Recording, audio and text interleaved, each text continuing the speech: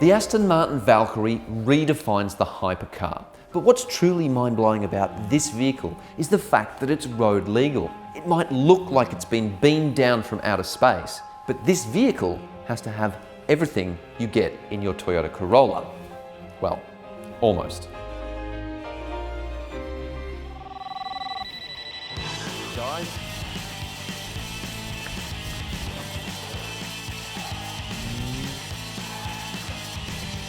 Welcome to Best of British.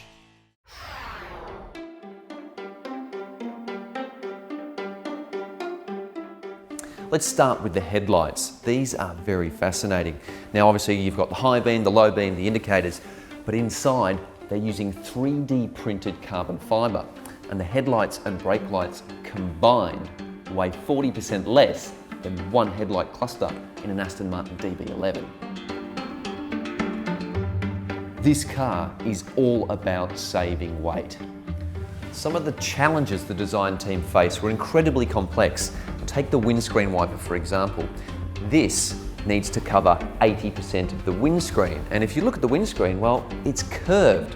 So how they get by it is they get a carbon fibre arm here, and it has a little camshaft in the middle that allows this windscreen wiper to curve around those edges.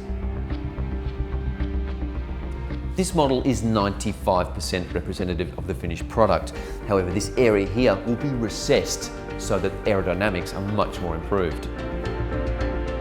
Even though the Valkyrie looks incredibly narrow, this is a bona fide two-seater. Don't believe me? Check this out. All right, here we go. Try not to break it. Oh, this is tricky. There we go. It's just astonishing to think you're almost lying down in a road car. You can take this to the shops, you can go through the KFC drive-through, whatever you want, but it's got everything you need to make a road car legal. So you've got the indicators here, you can flick to neutral, you can change the car's ride height with this button so you can get over speed bumps, and LC, launch control. Yes please. These two screens here transmit what's coming in from tiny little cameras on the side of the car. You can't have wing mirrors. Too much wind resistance, too much weight. There is actually room here for two people. It's a little cozy, but there are different options for your seats. I'm sitting on pads that are stuck to the tub. Then there's this one which has a little bit of an infill, and then there's a third one that's even thicker and a little bit different angled. Obviously, seats not adjustable, but the steering wheel and the pedal box are adjustable. If you thought getting out of exotic cars was tricky, this is next level. Oh, you sort of have to stand on the seat and slowly get your legs out. Wow. Even the scoop here has changed.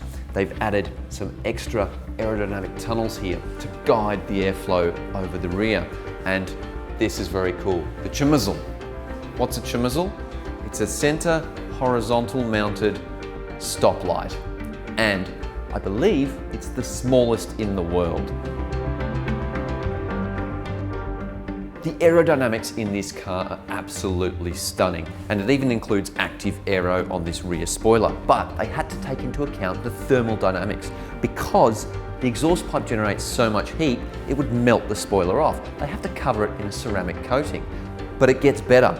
The number plate would melt off too, so it can't be plastic. They have to fabricate it from a special alloy. The aerodynamic genius behind the shapes of this car, Adrian Newey, is also the bloke behind the Red Bull F1 racing car. And he wanted two huge Venturi tunnels running the whole length of the car. You can virtually see from one end to the other.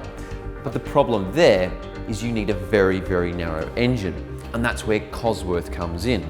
They're building the 6.5 litre V12 that wedges right in here. And it's a fascinating piece of engineering because it's actually a stressed member of the chassis.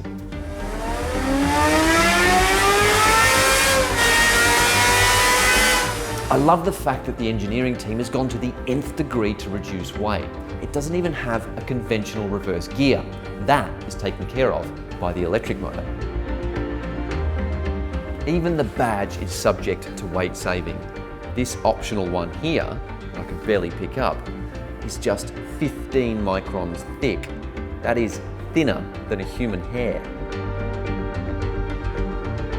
Only 150 of these vehicles will ever be built, and they're all sold despite being priced at around $5 million a pop, much more depending on how you spec it. But one thing is for sure, this is an absolutely astounding vehicle in every respect, and the fact that it's road legal is absolutely mind-boggling.